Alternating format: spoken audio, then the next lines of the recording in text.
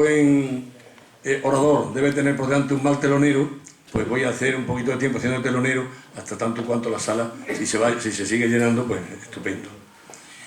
Estamos en una semana preferia y por tanto cargadísima de actividad taurina, como debe ser, por el hecho de ser la fiesta de los toros, una fiesta nacional. Ayer tuvimos un mano a mano entre Talavante y Roberto Gómez en el edificio siglo XXI de Caja Badajoz. Hoy tenemos la conferencia que nos va a hablar sobre esos toros durante la Guerra de la Independencia, como con el título de los toros de la libertad, y mañana tendremos el pregón en IFEBA, el pregón taurino de la Feria de Badajoz que organiza el Club Taurino Extremeño y que lo va a dar la periodista taurina Estefanía Zarallo, que yo creí que iba a estar aquí porque me prometió que iba a estar aquí, pero bueno, se habrá retrasado por los motivos que sea, y yo estoy seguro que mañana será un éxito ese sexto pregón como han sido los 5 anteriores. Bien, le voy a robar unos pequeños minutos, nada más que hacer unos breves comentarios sobre este libro, Los toros de la libertad, y procederé a la presentación del conferenciante, que yo creo que lo conocéis todos bastante mejor que yo, pero bueno, cumpliremos con el rigor que se requiere y lo presentaremos oficialmente, y a continuación ya tomará la palabra para deleitarnos con su oratoria y sus conocimientos. Hoy vamos a celebrar la tercera y última sesión de la primera aula taurina del curso 2012-2013. Han sido precedidas por la que dio el doctor Juan Medina, doctor en económica, sobre la importancia económica del mundo de la fiesta de los toros en el PIB de las regiones e inclusive del nacional. Y posteriormente fue el doctor Florencio Monge Gil, en el cual hizo pues una similitud. Buenas noches, Estefanía, te acabo de nombrar y he deseado, como estoy seguro que va a ser, un éxito mañana tu pregón. Y hoy pues nos toca con el doctor Guillermo Boto Arnau. Este libro de Los toros de la libertad lo ha patrocinado la Fundación José Tomás, que es un ejemplo que yo creo que deberían de tomar muchos otros matadores de toros y que reinviertan el beneficio que obtienen de esa fiesta en avivarla, porque es por sus propios intereses, igual que por el interés del aficionado, que es el que lo va a disfrutar. En ella pues hace una comunicación del enfrentamiento entre torero, entre fiera y hombre. Por eso yo quiero felicitar a la Fundación y a sus gestores. En la presentación del libro se refleja la gran importancia que se le da a la fiesta de los toros en la historia de España y en todos los grandes acontecimientos que la rodean, como fue la Constitución del 1812. Como también hizo constar ese gran filósofo que fue don José Ortega y Gasset, que pronunció aquella frase que se convirtieron en auténticas sentencias, que decían: la historia del toreo está ligada a la de España tanto que sin conocer la primera resultará imposible comprender la segunda. La encomienda de este libro, cuando realizó la encomienda de hacer el libro la Fundación José Tomás a Guillermo Boto, bien sabía que lo iba a tomar como se esperaba, con una gran ilusión, con un gran cariño, que todo ello unido a los amplísimos conocimientos que tiene sobre la materia, realiza un excelente trabajo sobre la importancia de los toros durante la Guerra de la Independencia.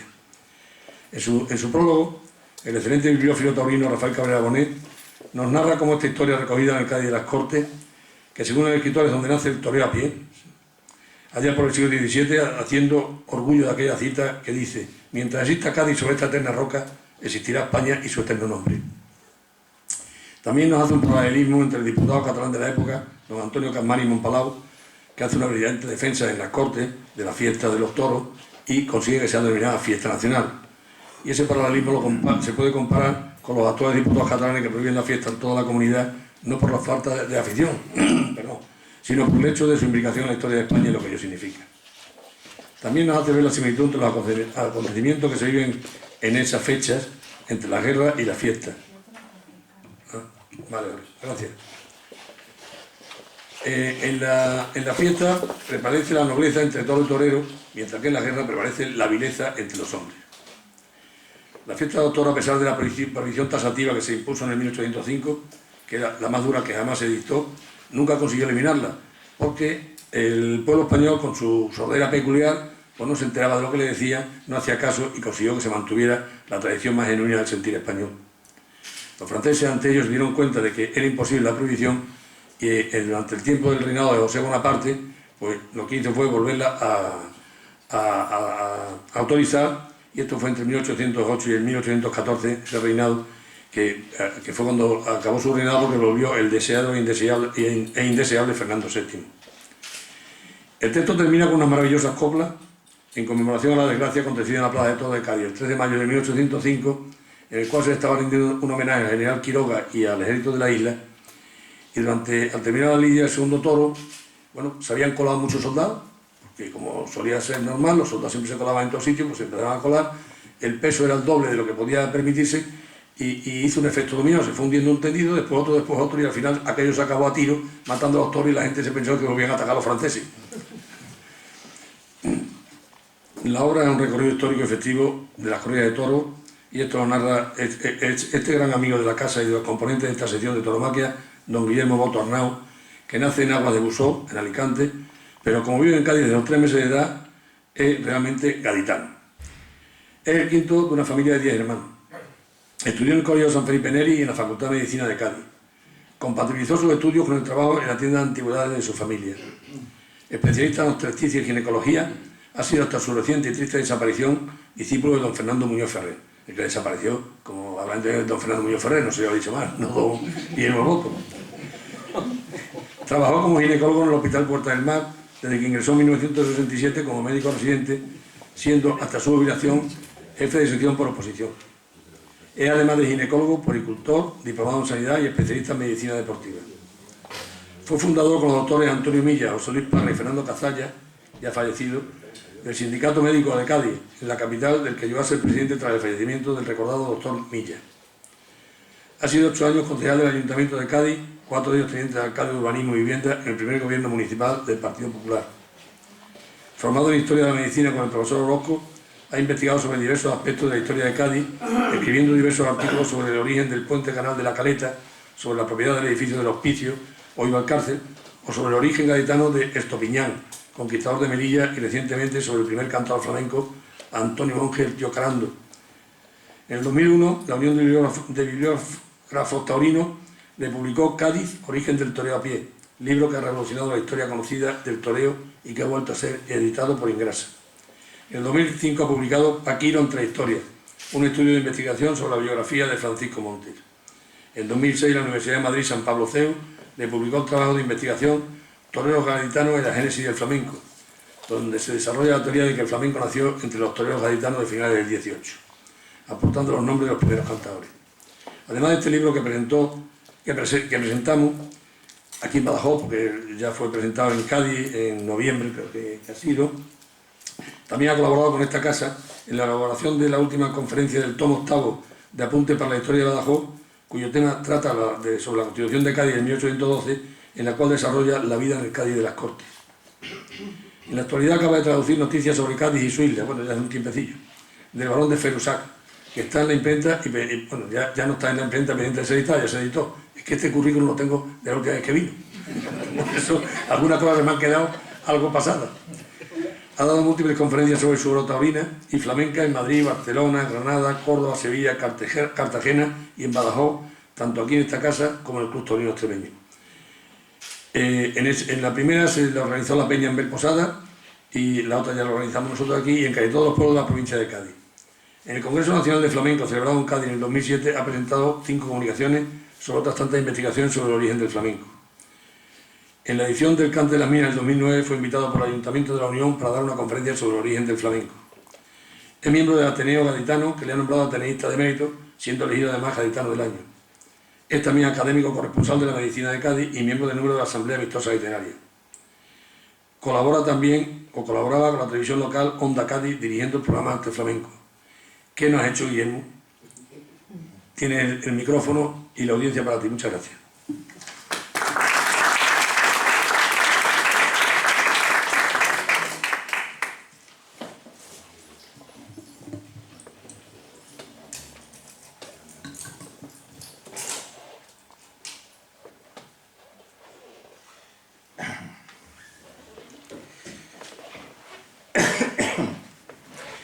Señor don Francisco Pedraja, presidente de la Sociedad Económica de Amigos del País, don Carlos Fajardo, secretario de la misma, miembros de la sociedad, señoras y señores.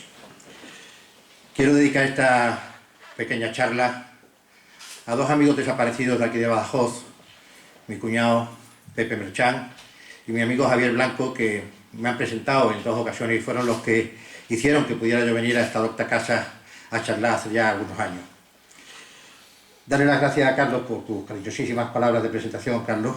Creo que, bueno, un currículum se va haciendo durante muchos años, pero no siempre responde a una realidad exacta, ¿no? No somos lo que se dice de nosotros, ni mucho menos. Bueno, y dicho esto, pues como ya Carlos ha contado en la génesis de este libro, que fue un encargo del torero José Tomás, que quería participar con su fundación en el bicentenario de la Constitución de Cádiz, leyó un artículo mío sobre el que un catalán fue el que volvió a crear el toreo para toda España, o a autorizar el toreo a toda España, que fue Antonio Capmany, con su discurso en las Cortes, como veremos a lo largo de la charla, y aquello pues le ilusionó y me hizo el encargo de que escribiera algo sobre las Cortes y los toros, y de ahí salió este libro. En la misma primera diapositiva de presentación se ve la bandera que donó un extremeño, Muñoz Torrero, que fue primer presidente de las Cortes, y regala esta bandera a las Cortes de Cádiz, bandera que se conserva en el Senado, en nuestro actual Senado. Como ven ustedes, parecía una premonición, pero tiene 4 cabezas de toro en las esquinas. Realmente no son de toro, deben de ser de vaca, porque era de cabeza de vaca, si mal no recuerdo. Pero vamos, en cualquier caso, ahí están las 4 cabezas de toro que figuran en la bandera de las Cortes en el Senado de España.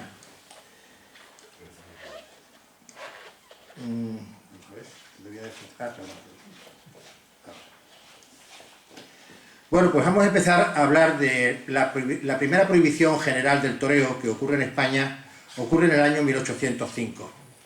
Este mismo año había ocurrido la tragedia de la batalla de Trafalgar, en el que España prácticamente perdió, no ya toda su flota, pero sí la importancia que tenía en la hegemonía que mantenía en el mar, y con ello pues la posibilidad de defender las flotas que iban a América y el comercio con América. Para Cádiz, sobre todo, que era la puerta de América, pues fue una doble tragedia, la tragedia de muchos hijos gaditanos que iban en los barcos aquellos que habían salido todos de Cádiz, y luego la tragedia del comercio, que empezó en 1805 y continuaría los años de la Guerra de la Independencia y se prolongaría ya prácticamente hasta su desaparición total en el siglo XIX con la independencia de las colonias americanas. Yo creo que Godoy, aunque la historia dice que prohíbe los toros aconsejados por los afrancesados de la época, otros dicen que por los ilustrados, yo creo que Godoy tuvo bastante miedo al único sitio donde se producía una democracia, una manifestación demócrata. La democracia se ejercía en España en las plazas de toros, donde se reunían 10 o 12.000 personas y el presidente presidía aquel público, pero se hacía lo que quería el público mandaba en las plazas de toros. Y había cierto miedo a que, con el desprestigio que tenía Godoy en esta época, pues yo creo que tenía verdadero miedo al pueblo, fundamentalmente madrileño, y quizá al de Cádiz, que eran los 2 sitios donde se daban más corridas en esta época. A partir de 1805, Rafael Cabrera Bonet, que es el prologuista de este libro, cuenta que ha encontrado en los archivos históricos nacionales cientos de peticiones de pueblos y de ciudades, desde los más curiosos, desde toda la geografía española, solicitando excepciones a esta prohibición que nunca obtuvieron. Godoy es apeado del poder en un golpe de Estado que da Fernando VII, entonces príncipe de Asturias, apoyado por 2 o 3 nobles de su camarilla y por el famoso cura Escóiquiz, y que traen a una serie de facinerosos desde Madrid a Aranjuez, donde estaba entonces Carlos IV y Godoy, y toman el palacio con gritos y tal y cual, y realmente el pueblo español se encuentra con este golpe de Estado a favor de Fernando VII. La realidad es que, aunque fue un golpe de una minoría, y una minoría que estaba muy enfadada con Godoy por diversas circunstancias, casi todas personales, al pueblo español le cayó muy bien el tema, porque Godoy era profundamente odiado en su época por el pueblo español. Hasta tal punto de que yo he encontrado que en 1813, me parece, o 14, en un periódico de Madrid se publica un pequeño librito cuyo anuncio es que se han publicado por primera vez 30 documentos de cartas que le cogen a Godoy, posiblemente que las cogen aquí cuando cae preso, porque saben ustedes que él se escondió liado en una alfombra, lo buscaron, no lo encontraron, tuvo que salir de la alfombra porque tenía mucha sed, y cuando ya después de estar un día liado en la alfombra ya sale a buscar agua, pues lo cogen preso No lo mataron entonces porque realmente no era una gran muchedumbre la que había como para apalearlo, pero sí lo zarandearon y tal. Y luego tuvo la enorme suerte de que lo salva Napoleón. Napoleón había estado jugando en esta época a 3 cartas o con 3 barajas. Por un lado era amigo de Carlos IV, Carlos IV se apoyaba en él pensando que le iba a devolver el trono y después del golpe de Estado, y antes que lo iba, digamos, a reforzar. Godoy tenía su propio funcionamiento con Napoleón, hasta el punto de que tenía un embajador personal, aparte del embajador de España en París. Él tenía a un tal Eugenio Izquierdo, que era el que hablaba con Napoleón de sus temas personales, y tenía la promesa de ser nombrado rey del Algarve, de una parte de Portugal. Y Fernando VII estaba convencido, sobre todo por Escóiquiz, de que lo mejor que le podía ocurrir era casarse con una sobrina de Napoleón, y fue uno de sus empeños durante mucho tiempo. El hecho concreto es que Napoleón dice que va a venir a España, y lo mismo Carlos IV, que primero se entera, que luego Fernando VII, después del golpe o el motín de Aranjuez, pues deciden celebrar la llegada de Napoleón como lo mejor que puede ocurrirle a España en ese momento.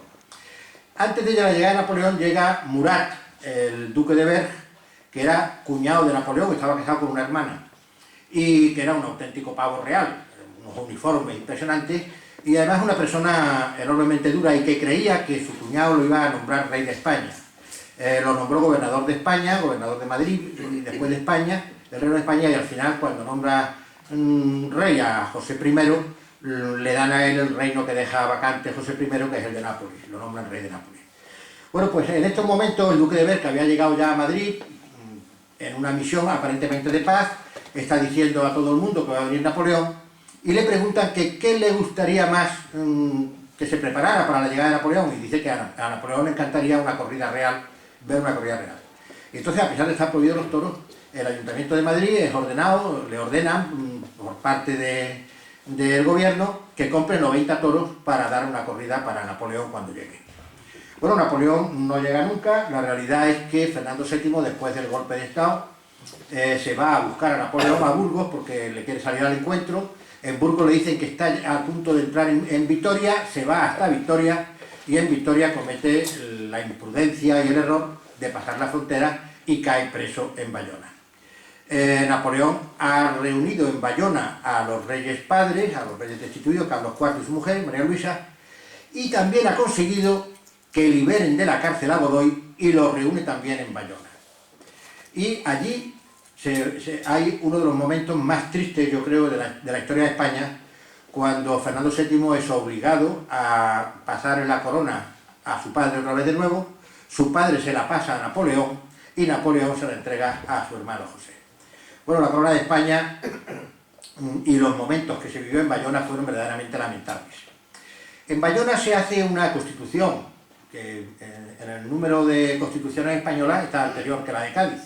Pero realmente no es una auténtica constitución, fue una carta otorgada que tenía algo, muy poco, del código napoleónico, que era un código bastante liberal para los reinos absolutistas que existían en Europa, pero que no se parecía, vamos, ni por el forro a lo que luego fue la Constitución de Cádiz. No daba la libertad de prensa, no quitaba la Inquisición, y sobre todo, lo peor de todo, es que ligaba la suerte de España de una forma absolutamente militar a la suerte de Francia. Y España tenía que ir, digamos, en primera línea a donde Francia le dijera, ¿no? Bueno, José Bonaparte desde Bayona y Napoleón desde Bayona llaman a una serie de personajes notables de toda España, y especialmente un cura, el obispo de Orense, el primero que se niega a ir a jurar la Constitución a Bayona, y además hace un alegato de que aquello era una pérdida de lo que realmente era la soberanía española. Aquello que fue una verdadera maravilla, después, años después, pues resulta que se niega a jurar la Constitución de Cádiz y es expulsado de España, una persona que en estos momentos figura como el primer patriota español, el obispo de Orense, y que fue regente del reino. Pero como regente se negó a firmar la Constitución de Cádiz en el 12. Hay otras muchas personalidades que se negaron a ir, unos por enfermedad y tal igual, y hay una muy simpática, que es el personaje que estaba nombrado por Cádiz para ir hasta Bayona. Se niega a ir y le dice a la persona que se lo manda, debe ser el alcalde, que no va porque tiene almorranas. Y así lo dice claramente, y así consta el tema, que por eso se niega a ir a Bayona por sus almorranas. Yo creo que era una forma despectiva de tratar a los franceses, a los que ya se les odiaba bastante desde la tragedia de Trafalgar. Bueno, el tema, después de lo de Bayona, en estos días Napoleón ha pedido también que todo el resto de la familia real pase también a Bayona. Y concretamente en el momento en que están embarcando en una diligencia al pequeño infantito Don Francisco, que está retratado en muchos cuadros de Goya, pues el pueblo de Madrid empieza a decir que nos roban al infante, se levanta el pueblo de Madrid y es reprimido brutalmente el 2 de mayo. Al día siguiente, el 3 de mayo, vienen los fusilamientos de la montaña del Príncipe Pío, Daoiz y Velarde, que mueren defendiendo el cuartel de artillería contra los franceses, el levantamiento del pueblo, etc. Y bueno, prácticamente la toma de Madrid por el duque de Berg, por Murat, ya de una forma verdaderamente rígida y absolutista. En estos momentos, estas noticias empiezan a llegar a Cádiz. Saben ustedes que se extienden por toda España con los alcaldes de Móstoles, y cuando llegan a Cádiz ocurre que un personaje que había estado luchando aquí, en la zona de Badajoz, contra los portugueses, como general del ejército español, Solano, es el gobernador en estos momentos de Cádiz. Godoy le había pedido que acercara sus tropas hacia Aranjuez en un intento, al parecer, de llevarse los reyes a América, igual que había ocurrido con los reyes portugueses.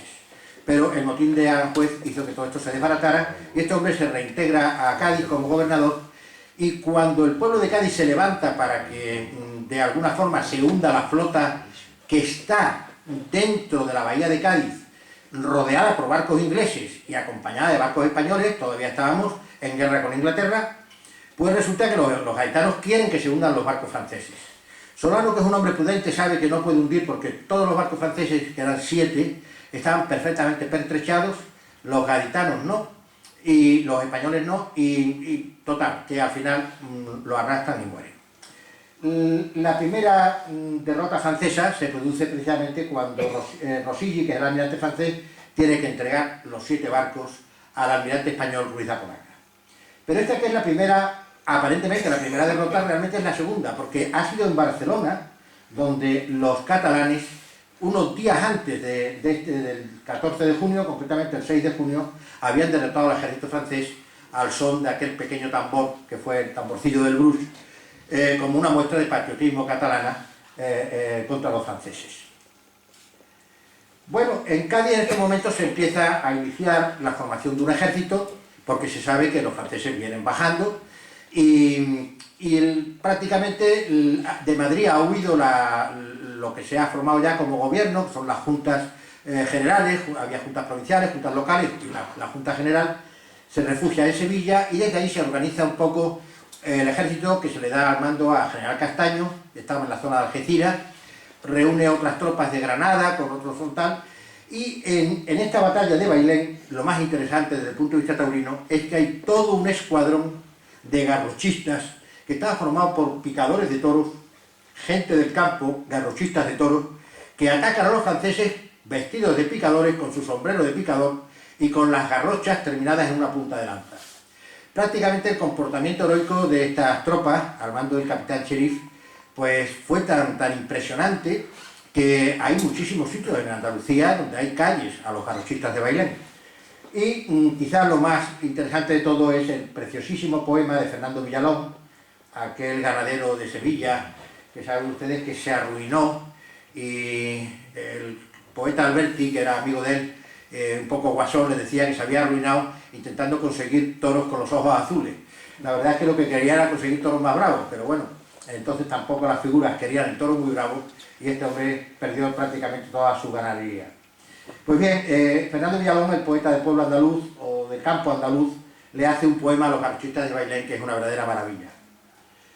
Y días después de la batalla de Bailén, que ocurre el 17 de julio, se celebra en el puerto de Santa María 2 novilladas precisamente para conmemorar la batalla de Bailén. Y estas novilladas las torea, y se puede ver, me parece que lo puedo señalar, debe estar por aquí. Bueno, son los ganaderos, una linda cuadrilla de banderilleros por Jerónimo José Cándido. Este Jerónimo José Cándido es el torero más importante del momento. Jerónimo José Cándido es hijo de Cándido, el torero mulato, que fue maestro de Pepeillo y de Costillares, lo llevó de banderillero en su cuadrilla, y que fue el grandísimo torero del siglo XVIII. Lo que pasa es que el toreo se va perfeccionando en el XVIII y llega a unas cúspides impresionantes que son Pedro Romero, Costillares, Pepeillo y Juan Conde, que siempre se olvida, pero que era un torero de vejez muy importante. Pero este Jerónimo José Cándido, que es el hijo, cuando desaparecen las grandes figuras del final del XVIII, se convierte prácticamente en el torero más importante de España. Y surge un torero sevillano, Curro, no Curro Romero, Curro Guillén, que es prácticamente el que le hace un poco de sombra. Curro Guillén, que va a tener una competencia desde su juventud y desde su toreo quizás más preciosista, más sevillano, diríamos hoy, a este toreo más ecléctico, más duro, más abierto a todos los lances de Jerónimo José Cándido, torero un poco mayor, que había heredado la forma de torear de su padre y de Pedro Romero, con quien había estado muchos años. Y esta competencia se organiza justamente en las corridas bonapartistas, las corridas que se relatan en este libro, porque Curro Guillén muere en el año 20 y muere precisamente de una cornada en Ronda. Fíjense en las fechas porque es muy interesante. Las corridas de Puerto de Santa María se dan el 25 y el 26 de julio. En estos días está llegando o acaba de llegar José Bonaparte a Madrid. Ya han sido derrotados los franceses en Bailén, pero en Madrid no saben nada. Tan no saben nada que Bonaparte pide que se le haga una gran corrida real que por primera vez se hace fuera de la Plaza Mayor de Madrid y se hace en la propia Plaza de Toros de Madrid. Y esta corrida se celebra el día 27, 10 días después de la batalla de Bailén. Lo que pasa es que las noticias no han llegado a Madrid. Y no han llegado a Madrid porque el ejército español, los soldados españoles, han dispersado a las tropas que venían de refuerzo a los soldados que luchan contra Castaño. Las primeras noticias de la derrota de Bailén empiezan a llegar a Madrid después del día 27, hasta el punto de que una segunda corrida que estaba preparada para conmemorar la proclamación del rey José ya no se celebra, es para el 1 de agosto. El ayuntamiento primero la aplaza, después la vuelve a aplazar por otro motivo y al final la suspende. Pues bien, esta corrida que sí se da y a la que asiste el rey José, corrida por su proclamación, corrida real, ha sido negada por casi todos los historiadores. El primero por Adolfo de Castro, gaditano, pero incluso por Ciria Nasarri, que escribió Los toros de Bonaparte y que tuvo toda la documentación del Ayuntamiento de Madrid, pues niega que esta corrida se celebrara.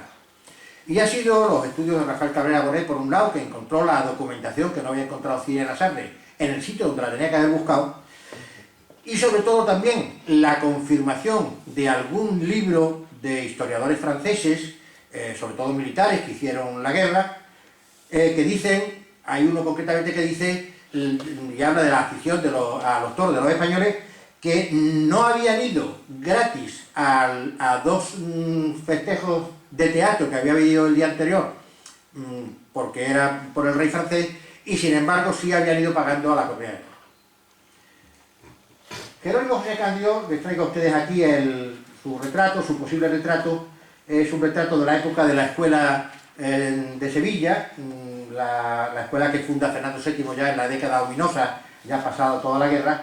Había nacido en el 70 y murió en el 39, estamos hablando del 8, del 10, y muere en el 39 prácticamente toreando, casi con 60 años. Con 70 años, perdón.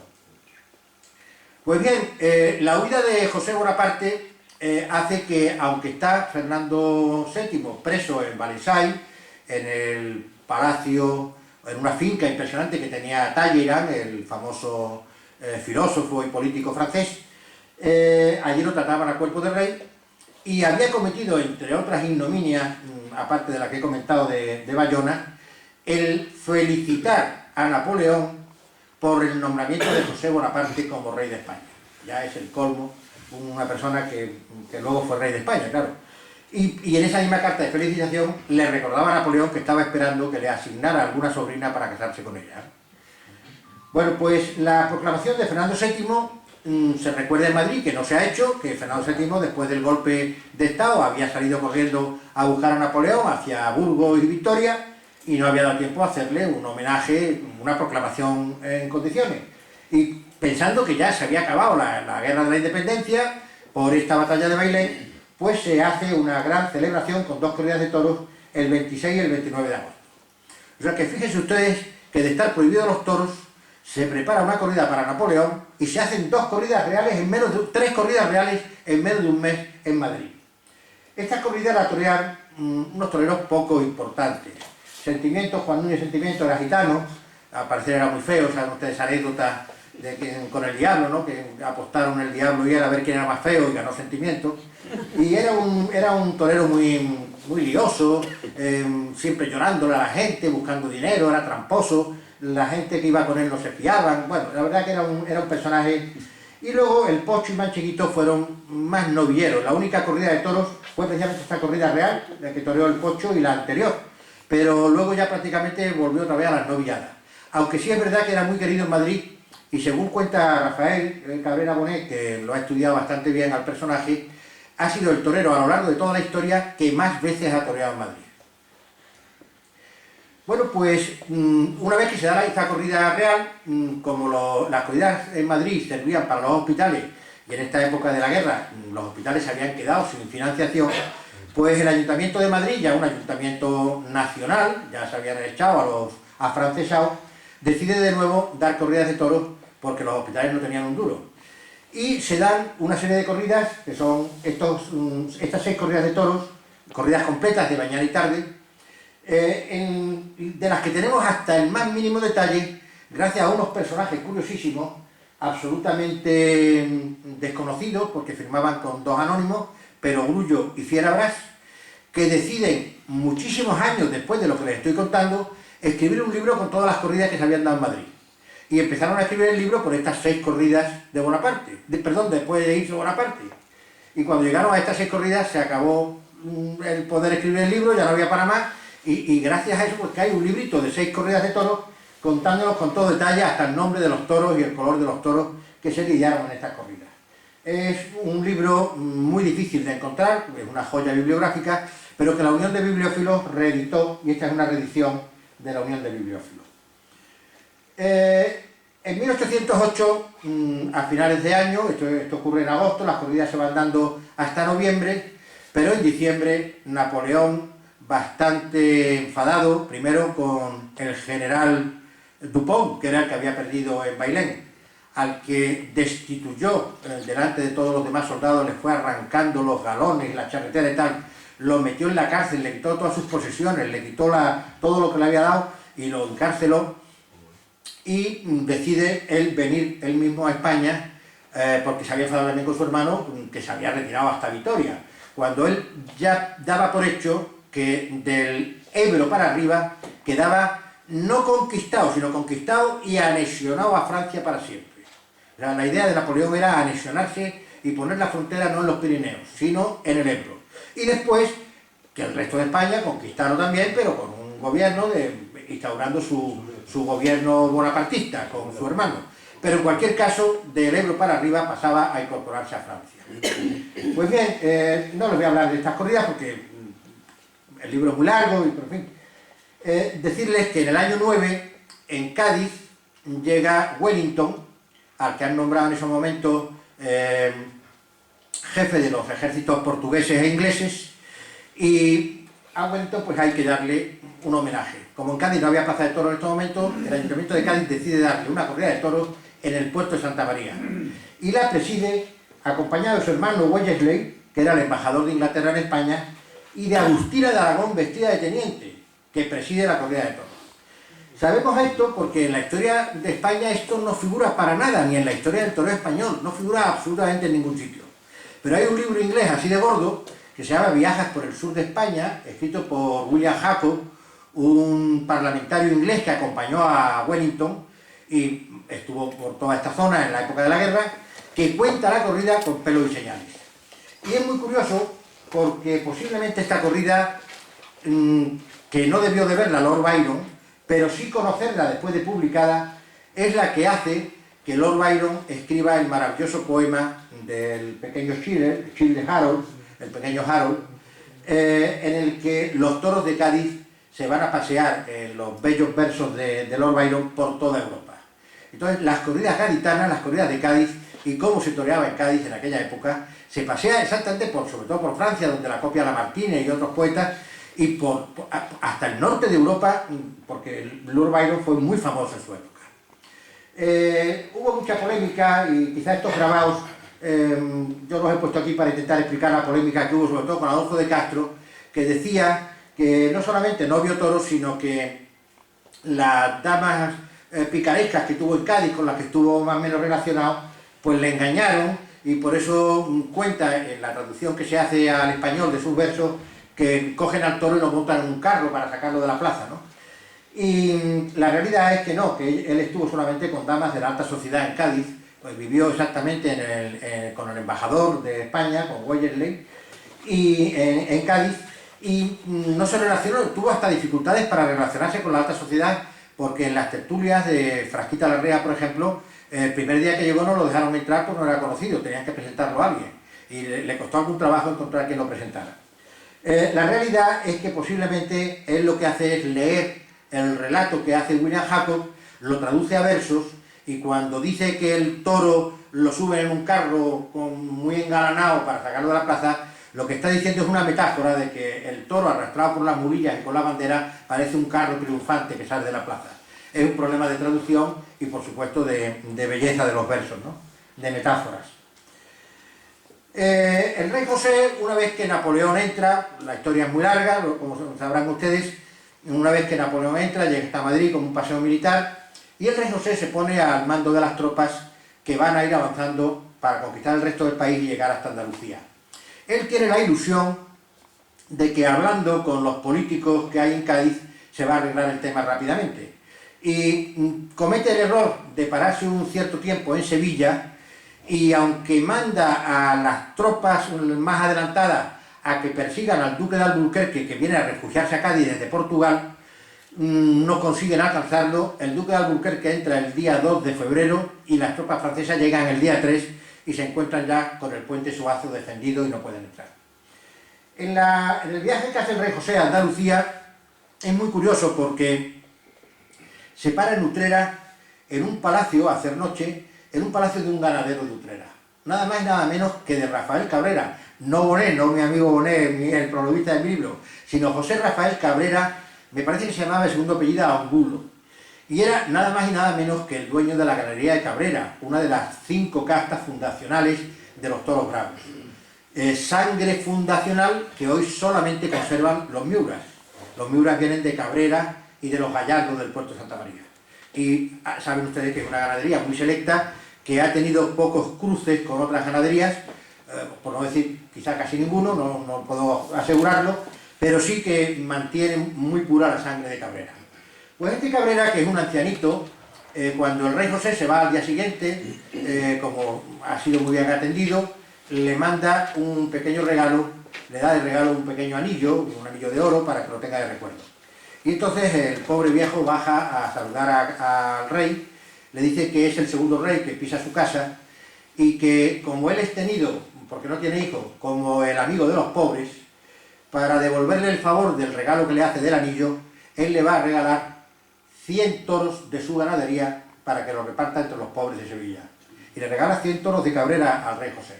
El rey José lo nombra miembro de una orden que había creado, porque había quitado todas las órdenes de nobleza española de los Borbones, y creó lo que se llamó la Orden de España, que como llevaba una cosita morada, los españoles en forma de juerga llamaban la Orden de la Berenjena, y que era muy denostada. Pero yo juraría que este Cabrera por lo menos ha sido quizá el único o de los únicos que han sido verdaderamente patriotas y hombres de derecho dentro de la Orden de la Berenjena, ¿no? Cuando llegan las tropas del rey José, don Diego de Alvear ha fortificado el puente Suazo. Les traigo a don Diego de Alvear porque es un personaje verdaderamente insólito. Don Diego de Alvear había hecho una fortuna grande guerreando en el Virreinato de la Plata, entre Argentina y Uruguay, y después de muchos años de servicio se había venido con su mujer y sus 14 hijos, se había venido de nuevo para España. Viene en una flotilla que manda Bustamante, el almirante Bustamante, y aunque estábamos en paz con Inglaterra, estamos hablando de 1800, justo, un año en que se había firmado la paz con Inglaterra, Pues resulta que unos barcos ingleses les dan el alto a los 4 barcos, les conminan, Bustamante no sabe hablar con ellos, llama a Diego de Alvear, para que sabía inglés. Este hombre pasa con su hijo mayor al barco capitán, y cuando está en la barquita llegando al barco capitán, un disparo de los barcos ingleses le pega en la Santa Bárbara al barco donde iba su mujer, todos sus hijos menos el mayor, y todos los tesoros de España. Explota la Santa Bárbara y se hunde. Ese barco es nada más y nada menos que el Mercedes, ese terrible tesoro que ha aparecido expoliado por unos americanos o ingleses, no me crean ustedes mucho, y que España acaba de recuperar. Pues bien, este Diego Alvear todavía tiene parientes, era rico ya en aquella época y sus parientes también lo son, porque son los dueños de las bodegas de Alvear, más conocidas del pueblo de Alvear. Y en estos momentos ya había sido liberado porque fue llevado preso a Inglaterra. En Inglaterra conoció a otra mujer, el gobierno inglés le devolvió parte del dinero que había perdido porque la prensa inglesa despotricó un poco del gobierno diciendo que cómo era posible que estando en paz con España se hubiera atacado a los barcos españoles, y eso hizo que algo de fortuna le devolviera. Se vuelve a casar con esta irlandesa y creo que tuvo otros 8 o 10 hijos más. Y en el año 8, justo cuando llegan las tropas de Napoleón o de José Bonaparte, es el encargado de fortificar todo el puente Suazo y de hacer 3 líneas defensivas que fueron las que hicieron que Cádiz no pudiera ser tomado. Bueno, ya el rey José venía dándole vueltas en este viaje a Andalucía de que quería que hubiera toros en Madrid.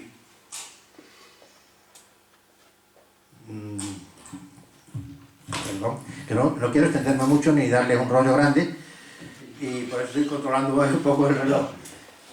La realidad es que él mueve al Ayuntamiento de Madrid para que consiga toros y toreros. El Ayuntamiento de Madrid empieza a movilizar, no había toreros en Madrid, y les dicen que algunos de los toreros están en Andalucía, y movilizan a varios mariscales del ejército francés que están empeñados en ese momento contra los guerrilleros y contra el levantamiento español, para que busquen toreros y los puedan mandar a Madrid, porque el rey José quiere corridas de toros en Madrid. Y gracias a eso nos enteramos que algunos de ellos están en Córdoba, que habían toreado en Córdoba, porque las autoridades cordobesas, ya francesas, les habían obligado a torear. Y bueno, concretamente Luis Corchado, uno de los mejores picadores de la época, José Vera era menos conocido, y el hecho concreto es que a los madrileños les cuesta mucho trabajo reunir toda una plantilla de toreros en Madrid. Pero fíjense ustedes qué cosa más curiosa, las autoridades municipales madrileñas eran afrancesados, y esta gente no habían estado nunca en el gobierno del Ayuntamiento de Madrid. Entonces empiezan a pedirle a los funcionarios de Madrid permanentemente que qué había que hacer para organizar una corrida de toros, que era muy complicado. Había que comprar los toros, había que buscar pastores, había que alquilar los pastos, había que buscarle al jefe de los pastores, venía con su familia y había que buscarle al ojo. El día que entraban los toros había que poner madera y buscar a los estos. El ejército tenía que acompañar a los toros y quedarse para que no les hicieran nada. Bueno, y así seguimos. Todo el protocolo está escrito en un librito que encontró Cía Lasarre, y lo más simpático del librito es que los propios funcionarios del Ayuntamiento de Madrid, hartos de que estos paletos afrancesados estaban organizando algo que no sabían, les dicen al final: de todo esto que ponemos en este librito, vamos a dar una copia para el rey José, para que pueda organizar toros cuando vuelva a su patria, y que las organice también su hermano en Rusia cuando tome Moscú.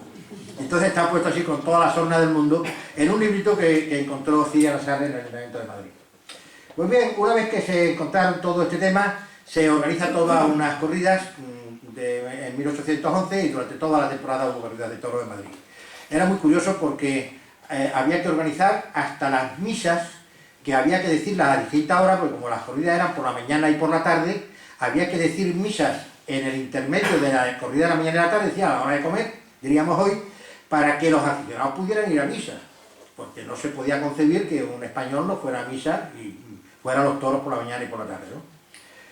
Bueno, yo he encontrado algunas corridas en otros sitios, solamente le hablaré de esta de Medina Sidonia, porque concretamente hay unos soldados que van a castigar a Medina, porque se habían enterado que habían allí matado a algún francés, y cuando están llegando a Medina Sidonia, resulta que hay una tempestad terrible, tempestad que azotó también a los barcos españoles e ingleses que estaban guardando Cádiz. incluso rompió algunos pontones donde estaban los soldados franceses que se soltaron y tal. Fue una tempestad terrorífica.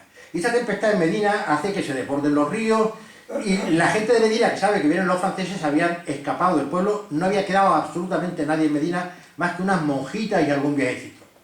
Llegan los soldados franceses en tiempo de carnaval y se tienen que refugiar en las propias casas de Medina y celebran el carnaval vistiéndose los soldados franceses con las ropas de los lugareños de Medina.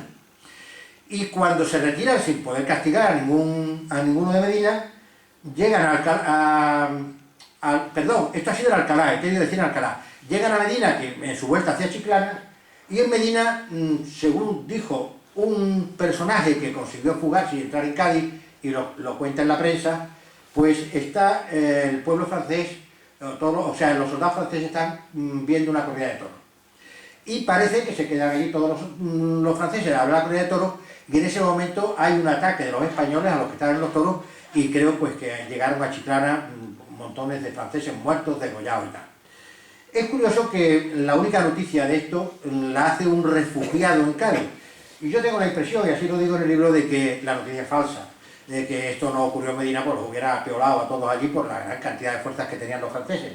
Posiblemente esto lo dijo este español para que lo acogieran bien viniendo de una zona enemiga.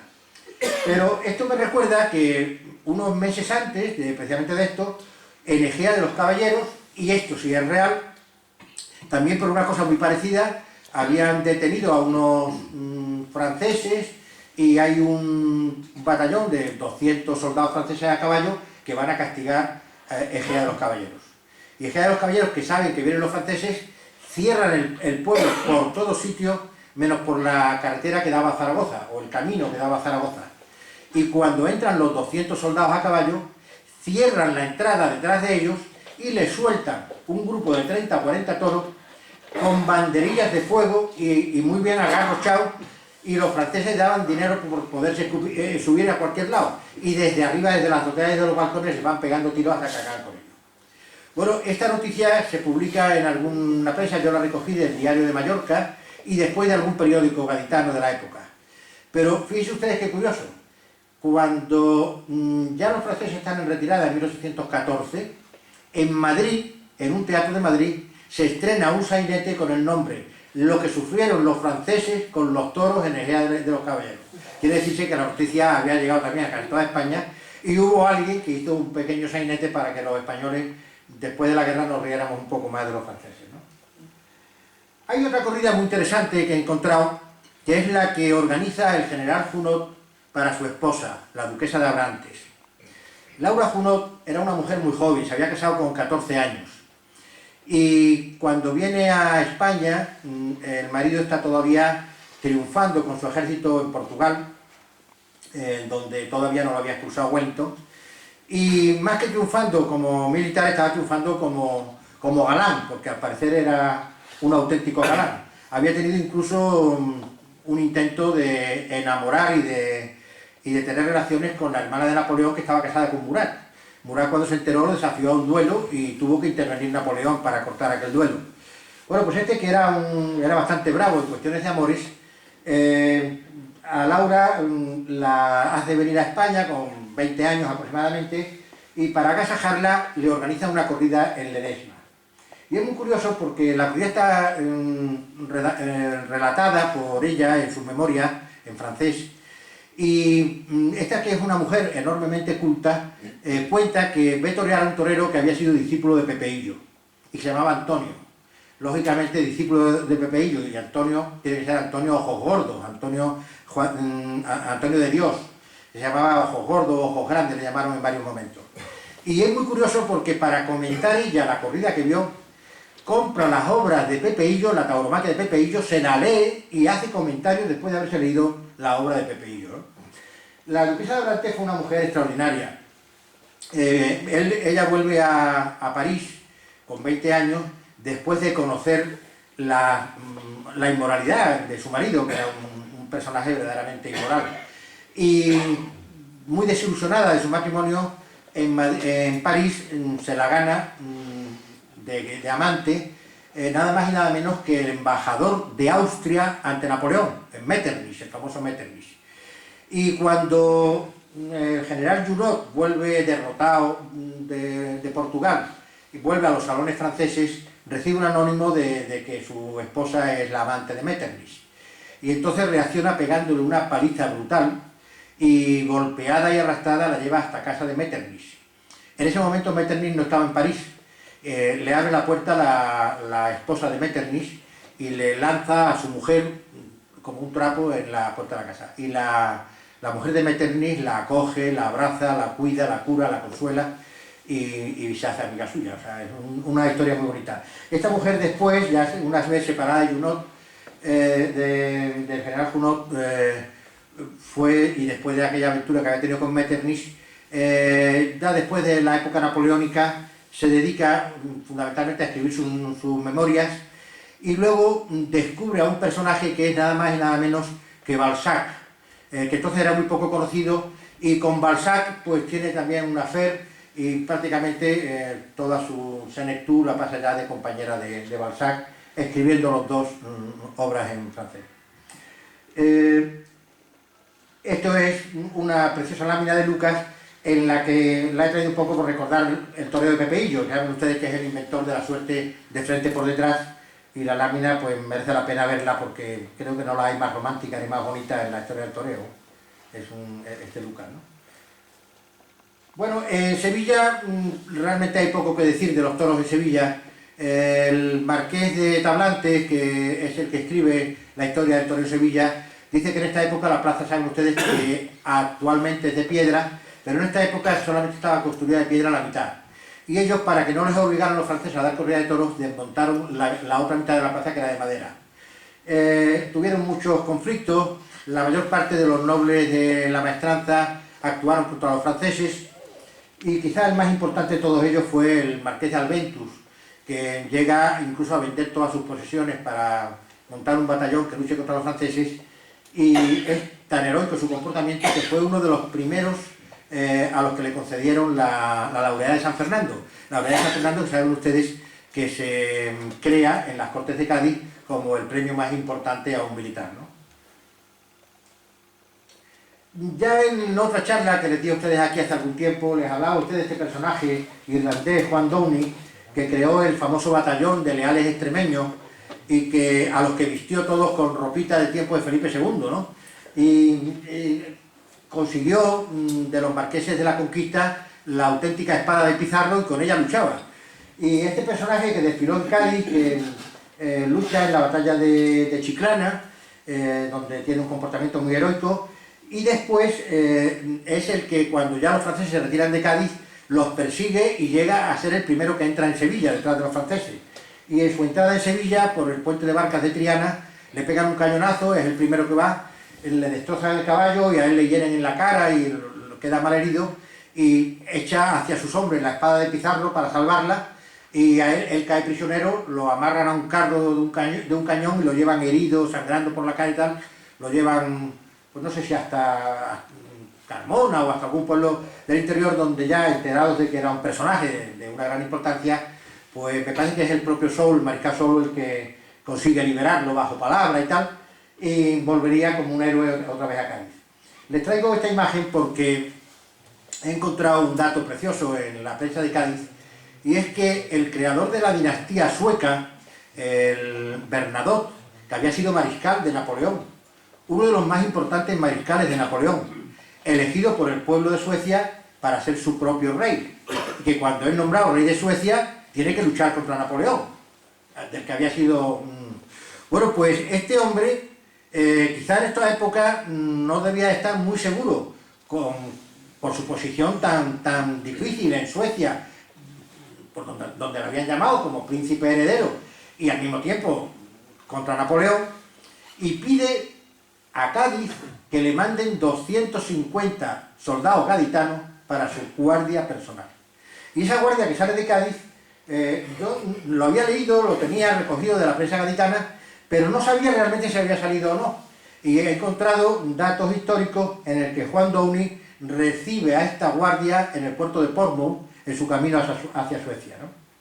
Y les traigo también la imagen del general Menacho, que es el que defiende Badajoz hasta la muerte por un cañonazo, y de que si no hubiera muerto, pues posiblemente Soult no hubiera sido capaz de conquistar Badajoz. Pero, en fin, es difícil comentar la historia. Lo que sí es verdad es que después de la toma por parte de los franceses de Badajoz, la retirada de los franceses de Portugal y del propio Badajoz, cuando lo tomaron ya los ingleses, fue terrible para toda esta zona, porque fueron quemando pueblos después de violar a las mujeres y de saquear. Y aunque fue una retirada militarmente muy ordenada por los franceses de todo Portugal y de Extremadura, salvo de algunas plazas fuertes, concretamente Badajoz, pues esa retirada fue terrorífica para el lugar, ¿no? Bueno, en Madrid en 1811 se organiza una larga temporada, y una de las corridas más interesantes es la que se organiza para celebrar el nacimiento del rey de Roma. El rey de Roma es el primer hijo de Napoleón, que nace ya rey de Roma, y es muy curioso el nombramiento porque su hermano, el hermano de Napoleón, José Bonaparte, que está en España, le llama a Napoleón, le escribe diciéndole que quiere que sea su padrino de bautismo. Y José Bonaparte, que está pasándolo muy mal, no solamente por cómo va la guerra en esos momentos, sino porque no tiene un duro, no tiene dinero, y Napoleón no le manda el dinero que le ha prometido, decide ir a París a ver si al ser nombrado padrino del rey de Roma, Napoleón le da lo que él pide. Y a la vuelta de París, coincidiendo con la llegada de José Bonaparte a Madrid, se celebra una corrida que él exige que sea gratuita para el pueblo de Madrid. Y claro, por supuesto, si era gratuita la tenía que pagar el ayuntamiento, porque los toros había que comprarlos, los toros había que pagarles. Y no solamente la corrida es gratuita y la paga el ayuntamiento, sino que además él asiste a esta corrida y a las siguientes. Cada vez que asistía a una corrida regalaba 4 toros a cada torero. Eran corridas de 14 toros, o sea que prácticamente los toros no se podían ver, o sea, se vendían la carne a la gente, pero el resultado de esa venta de la carne era como un regalo a los toreros que hacía José Bonaparte.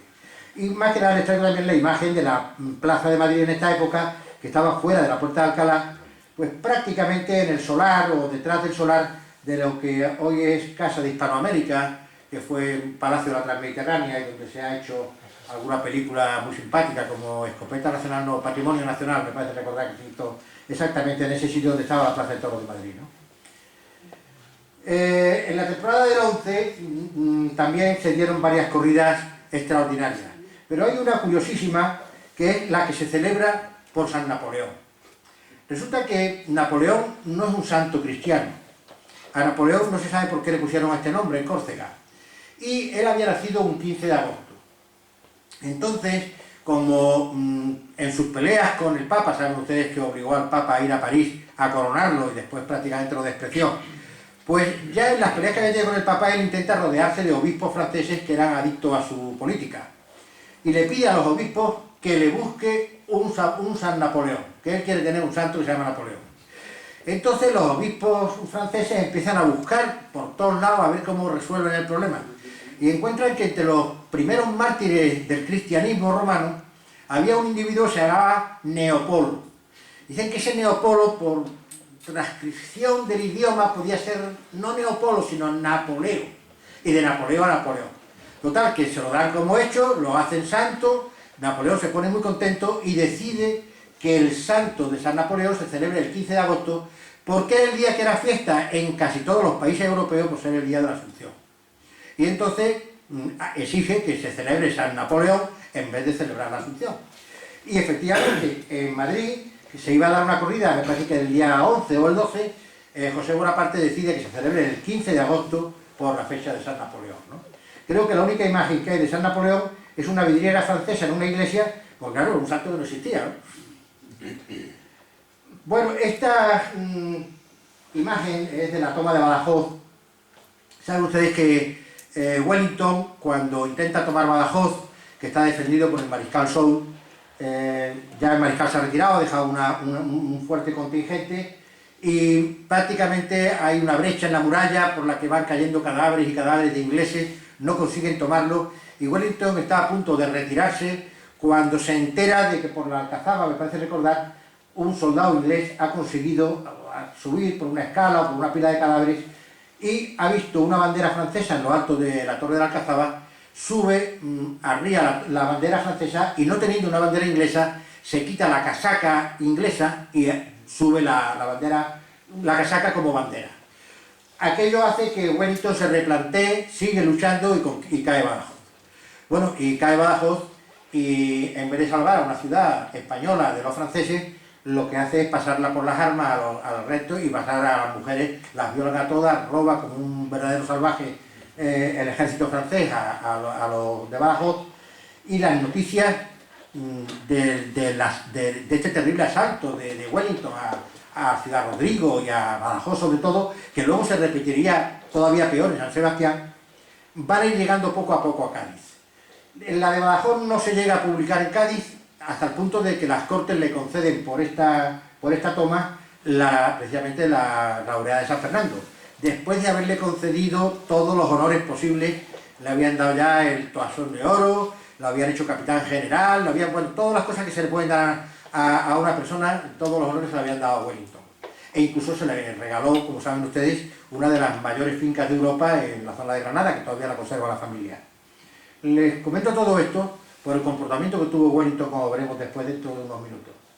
Pues bien, el hecho concreto es que este célebre hecho de la bandera y la casaca todavía se celebra en Nottingham, donde existe la compañía inglesa que heredó, digamos, el nombre de los que tomaron Badajoz, y no me acuerdo exactamente qué día es, pero es el día de la toma de Badajoz, se celebra allí, quitando la bandera inglesa, elevando o izando una casaca de un soldado, y se llama el Badajoz Day, el día de Badajoz, en Nottingham.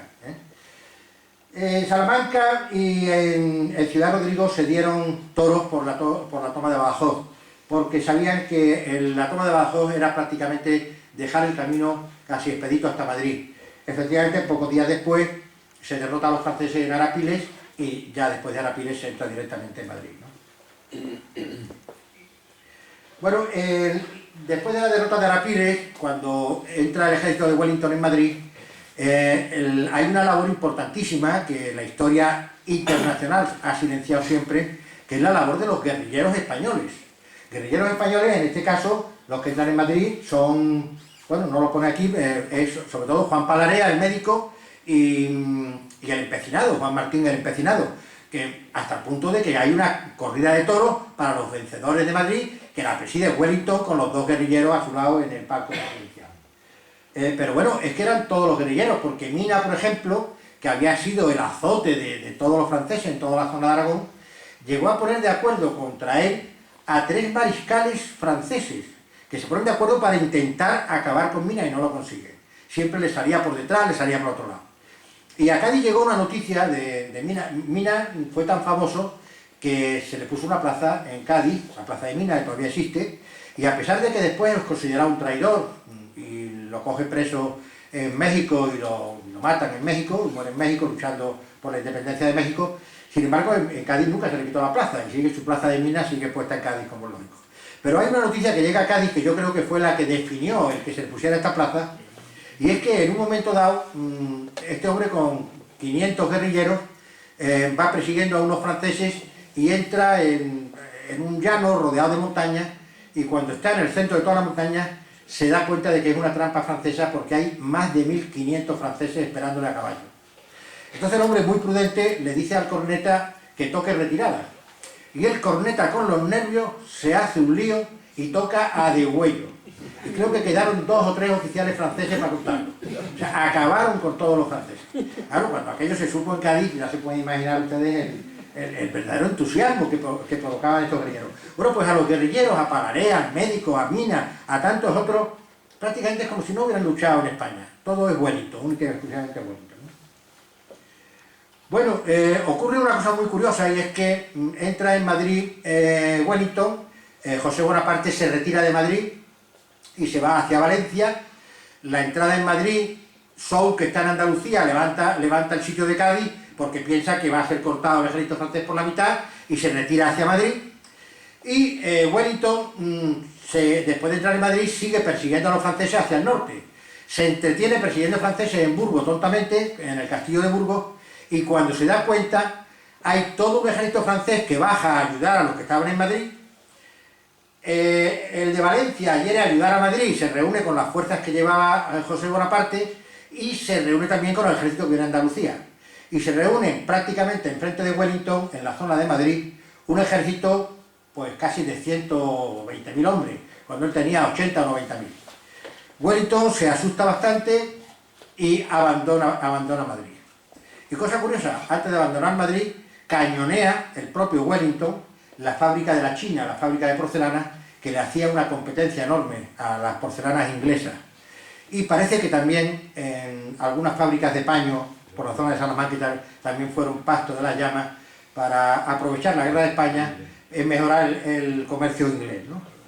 Bueno, pues el hecho concreto es que este hombre, asustado, no le plantea cara de nuevo a los franceses quieren conseguir la revancha de los arapiles, le persiguen por todo Castilla la Vieja, va pasando el Duero de un lado para otro, rompiendo los puentes para que no consigan alcanzarle, y una noche ya metido entre Salamanca, casi llegando a la linde con Portugal, en un paraje oscuro, ve un movimiento, piensa que son los franceses que están agazapados, manda a atacar a aquello y ataca a un rebaño de toros que estaban paciendo allí perfectamente. Les traigo esta imagen que es de Don Quijote, porque a Don Quijote le pasó igual con unos toros en algún capítulo de Don Quijote, y creo que ilustra perfectamente el cómo hizo de Don Quijote el propio Wellington atacando los toros en su miedo de huir de los franceses. Bueno, les tendría que hablar, pero voy a pasármelo muy por encima, de la plaza que se monta en Cádiz en 1812, justamente en el año de la Constitución.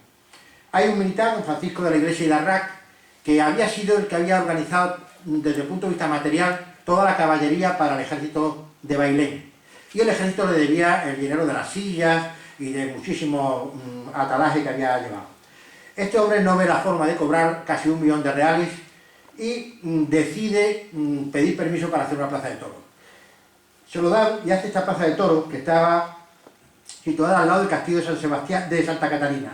Los que recuerden Cádiz podrán ver que este edificio, que entonces era cuartel de San Fernando, es exactamente donde está ahora el que se llamaba Hospital de Mora, con sus árboles grandes. Y este que está aquí es el hospicio, y está en la caleta con su castillo de San Sebastián. Pues aquí estaba precisamente la oficina donde trabajaba mi padre, el Olivillo, y ahí fue donde estuvo la Plaza Nacional que organizó don Francisco de la Iglesia. Y lo primero que se plantea uno cuando empieza a historiar esta plaza es, bueno, ¿y cómo iba a traer los toros si estábamos rodeados de franceses? Pues la solución la da Ramón Solís en su libro de Cádiz y las Cortes, cuando dice que entraban todos los meses unos con otros entre 800 y 900 cabezas de ganado por barco en la ciudad de Cádiz. Los barcos desembarcaban el ganado en la zona de Puerta Tierra y el ganado entraba hacia el matadero que estaba situado, donde hoy está la Peña de la Perla, pegadito a las puertas de tierra, entraba a través de la única puerta de la muralla. E incluso hay un acta en el ayuntamiento en el que se multa a los que llevaban el ganado porque lo excitaban al pasar por la puerta para que los que cobraban los impuestos no pudieran contar bien el número de reses que habían entrado. Pues bien, ese era el ganado que se iba a torear aquí en esta plaza.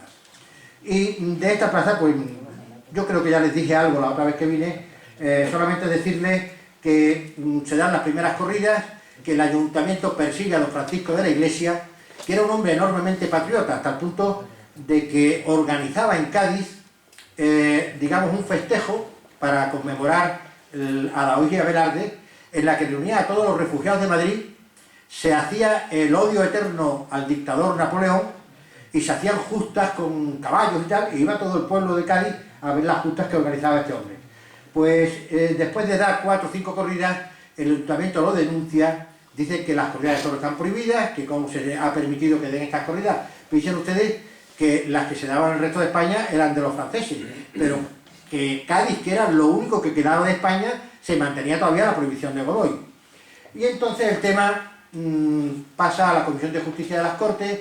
Estos deciden que se den corridas de toros mientras permanezca la deuda que tiene el gobierno con este hombre, pero hay quien dice que no, total, que el tema llega a discutirse en las Cortes.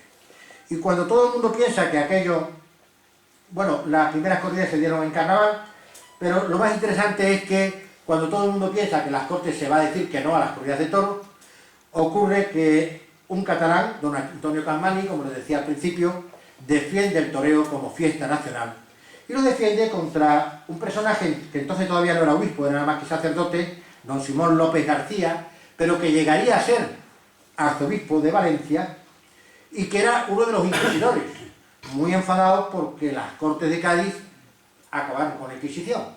Pues bien, este don Simón López García estaba en contra del toreo porque decía que aquella era una fiesta muy cruel. Y es curioso porque después de la época de la vuelta de Fernando VII, en los años antes del trienio liberal, este hombre en Valencia es elegido arzobispo, como les digo, instala de nuevo la Inquisición y tiene el dudoso honor de condenar a muerte al último condenado a muerte por motivos religiosos en España, un maestro de Valencia al que detienen la Inquisición porque no se había quitado el sombrero cuando pasó el Santísimo. Y este hombre que decía que las corridas de toros eran muy crueles, es verdad que no lo quemó vivo porque ya aquello le pareció demasiada crueldad, pero para que todo el mundo viera que había que haberlo quemado, lo ahorca encima de un barril donde pinta las llamas del infierno, como si tuviera. Y después el cuerpo lo metían en el barril y lo tiraban al río. Era un tema muy curioso del Simón López García. El hecho concreto es que la defensa de Capmany en las Cortes de Cádiz pues se convierte de alguna forma en un espaldarazo al toreo como fiesta nacional. Bueno, les puedo hablar de las fiestas de la temporada de Madrid del año 13, que las primeras las da Rey José, luego ya este hombre huye hacia Vitoria.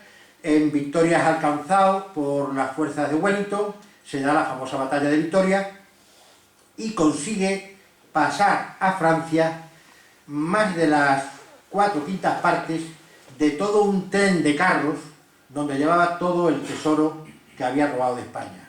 Ya en la primera huida que hizo, la primera huida que hace a Vitoria, cuando la batalla de Bailén, saqueó el Palacio Real de Madrid y se llevó todas, hasta las vajillas del Palacio Real, se llevó la plata, etc. Se llevó un órgano de plata que había en el monasterio del Escorial. Había varios órganos, uno de ellos era de plata maciza, se lo llevó también el francés. Y en este caso Wellington consigue rescatar algunos de los últimos carros que no pasan a Francia.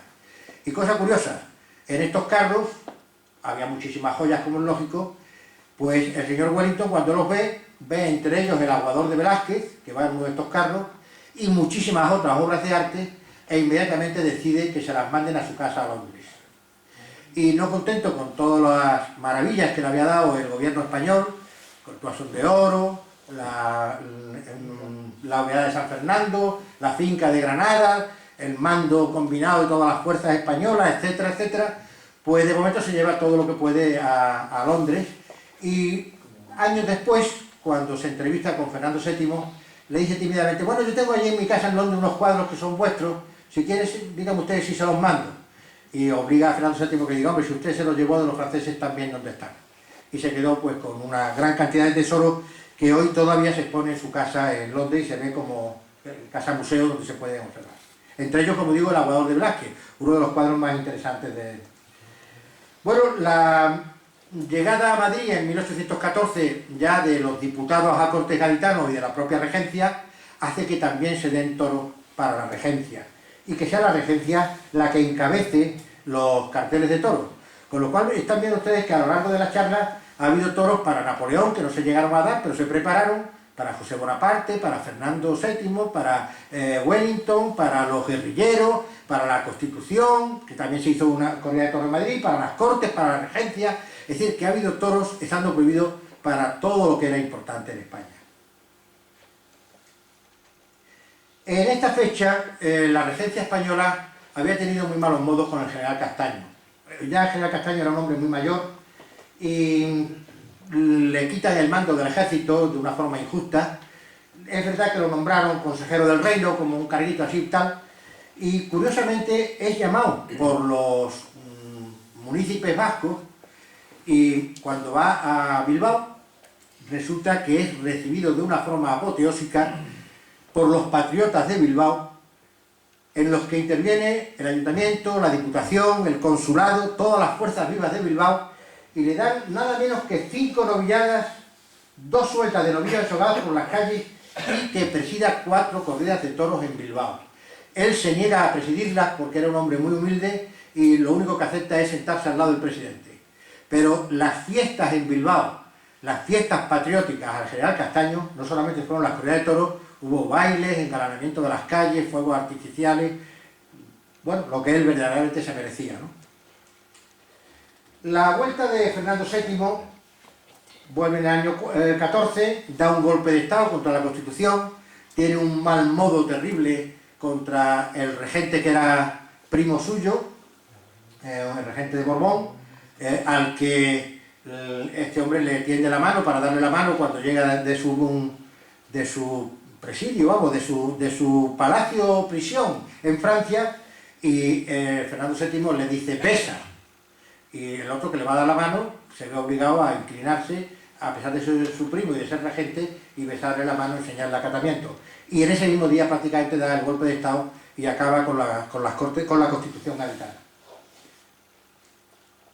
Bueno, ya repone el dar corridas de toros en Madrid, y es muy curioso porque la entrada en Madrid se la prepara todavía las cortes que están en Madrid, todavía en la creencia de que Fernando VII va a acoger la gran obra que han hecho las cortes en Cádiz, la va a acoger de una forma con cariño y tal. Y le preparan, el cardenal de Borbón, su primo, le prepara, aparte de una zona arquitectónica hecha en madera, hecha de una forma decorada, con banderas y tal, en la puerta de Alcalá manda pintar a Goya dos grandes cuadros para que recuerde Fernando VII el heroísmo del pueblo español. Y Goya pinta para ese día, ponerlos al lado de la puerta de Alcalá, los fusilamientos en la montaña del Príncipe Pío y la carga de los mamelucos. Dos cuadros gigantescos que se pusieron expresamente en la entrada de Fernando VII en Madrid y encargados expresamente para ese momento. Cosa que los españoles muchas veces no sabemos y que son verdaderamente curiosos, ¿no? Y ya, pues, como cierre de la charla, que me parece que me he pasado un poquito, decirles a ustedes que en la Plaza de Cádiz, que dura hasta el año 20, se siguen dando corridas. Los festejos eran, lógicamente, todos los años había una temporada completa. Yo les he enseñado aquí lo más interesante. El que se celebra en 1814 por el segundo aniversario de la Constitución, en el que obligan a torear al marqués de Torrecuella, que era entonces el capitán de los voluntarios distinguidos. A este hombre lo coge el toro y todavía se canta, hay una letra flamenca que dice: «Mañanita de San Juan, un torito de Cabrera le hizo bailar la matraca al marqués de Torrecuella». Hasta en el flamenco quedó recogida esta corrida, ¿no? Luego, el 6, 7 y 9 de septiembre se hicieron grandes fiestas porque dos princesas de Braganza llegan a Cádiz en una fragata para casarse con Fernando VII, que se había quedado viudo, y con su hermano Carlos, el de las guerras carlistas. Y se casan las dos, porque tenían que bajar al puerto de Cádiz ya casada como reina y princesa. A su vez, se casan por poderes con el duque del Infantado, que representa al rey y a su hermano. Pues bien, fueron tales los festejos que hizo Cádiz por estas dos princesas, que las ven ustedes aquí, que cuando ellas lo cuentan a Fernando VII, Fernando VII tiene que reconocer entonces la lealtad y la nobleza de Cádiz, lo que había hecho Cádiz en la guerra, y le concede a Cádiz el título de muy leal.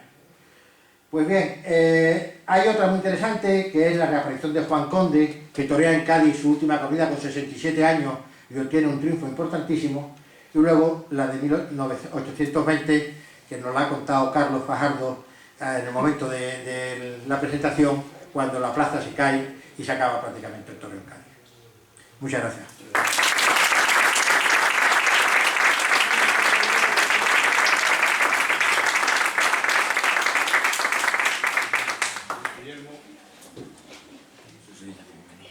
Remy, muchas gracias, como siempre nos ha vuelto a dar una lección histórica taurina, igual que lo haces con el flamenco, y te queremos agradecer también algo que al principio lo omití, que es que cada vez que hemos solicitado tu presencia en esta casa, siempre has estado dispuesto a ello, no nos has puesto pegas, sino todo lo contrario, nos has animado, y eso te lo agradecemos muy sinceramente.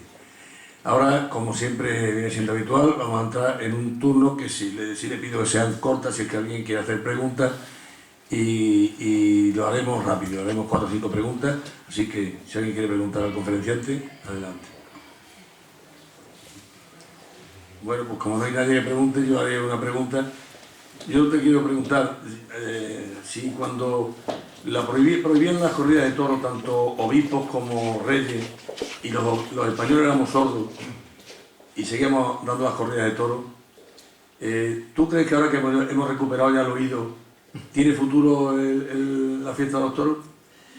Bueno, yo creo que a lo mejor no exactamente como está ahora, pero el futuro sí, el futuro tiene que tener a la fuerza. Yo creo en primer lugar porque es un espectáculo sin igual en el mundo, no hay otro espectáculo que tenga primero tantas virtudes, valor, nobleza, etcétera, bueno, podría enumerarlas muchísimas. Segundo, tanto colorido, ¿no? Y tercero, tan español. Entonces, yo creo que es un espectáculo que se ha ganado el persistir. Pero por otro lado, hay un valor ecológico importantísimo, y es que el toro bravo sirve para las corridas de toros. Y el toro bravo, donde no hay corridas de toros, ha desaparecido. Desapareció el uro de toda Europa. Por el contrario, donde se han llevado las corridas de toros, se ha llevado el toro bravo. A países americanos, a Portugal, a Francia. Yo creo que el sur de Francia va a ser un poco el llamado a mantener el cogollito de la ilusión. Ya lo está haciendo, ¿eh? Si los españoles no somos torpes y los imitamos, lo mantendremos también como ellos, ¿no? Pero en Francia, por ejemplo, en el sur de Francia, no hay problema con los ecologistas, en primer punto. Me contaba el médico de José Tomás que en la famosa corrida que toreó en Nimes, que fue una cosa fuera de lo normal, la corrida, antes de entrar, en el momento de entrar los aficionados, ya casi con la plaza llena, entrando los últimos aficionados a la plaza, un grupo de antitaurinos le tiraron pintura a una estatua que hay de Nimeño II, que está fuera del coso. Y empezaron a gritar y tal. La policía los dispersó, la gente empezó a chillar contra los antitaurinos y la noticia entró en la plaza de toros, que estaba prácticamente llena. Y se fue corriendo como la pólvora por los tendidos, que había antitaurinos que habían tirado pintura a Nimeño II. Y creo, me decía este hombre, que toda la plaza se puso en pie y empezó a decir libertad, libertad, libertad. Y el pueblo lo bello del punto nada más que de entenderlo, ¿no? Yo creo que Francia, por eso, por cómo cuidan el toro bravo, cómo la ganadería que engaña no vuelve más, yo creo que tiene también muchos valores que está cuidando y que nosotros deberíamos aprender de ellos para cuidarlos. A lo mejor hay que sacrificar parte de la suerte de varas, no lo sé, pero entiendo que los toros van a seguir. Muchas gracias. ¿Alguna otra pregunta?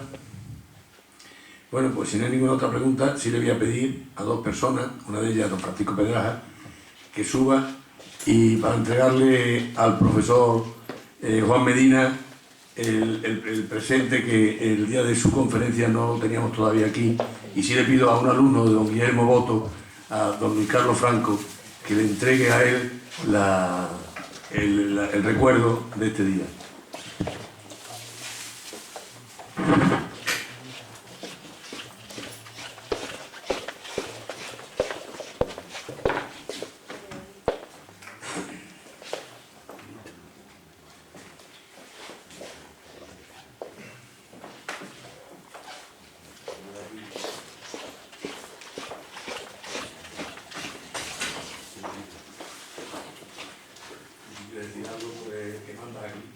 No tengo nada que decir porque después de lo que se ha dicho, sobra todo lo que se puede decir.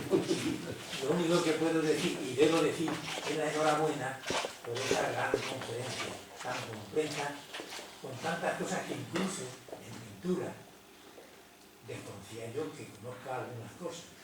Enhorabuena y muchas gracias por esa lección magistral. Creo que tengo que entregar por la otra magnífica conferencia que hubo, este recuerdo, que lo ha inventado Carlos. Carlos ha sido el inventor de este recuerdo.